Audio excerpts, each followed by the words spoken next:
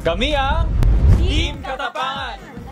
Andito po kami to promote our film Beyond the Call of Duty. So itong pelikulang ito susundan ang journey ng buhay ng mga kapulisan natin, kung ano yung mga kailangan isakripisyo nila para sa ating bansa.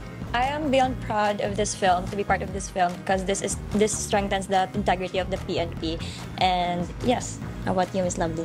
Yeah, it's an honor to be part of this movie because dito makikita natin kung ano yung mga talagang pinagdadaanan ng ating mga kapulisan na minsan they're misunderstood, di ba? But actually, ang layunin lang nila ay tulungan ng taong bayan.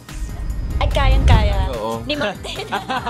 Kayang-kaya, may kasama kaming Hall of Famer na. Si Packard kasi last time panalo, tapos talo, panalo, tapos last time talo. So baka panalo, di ba? Panalo. Tsaka diba, Team Katapangan na.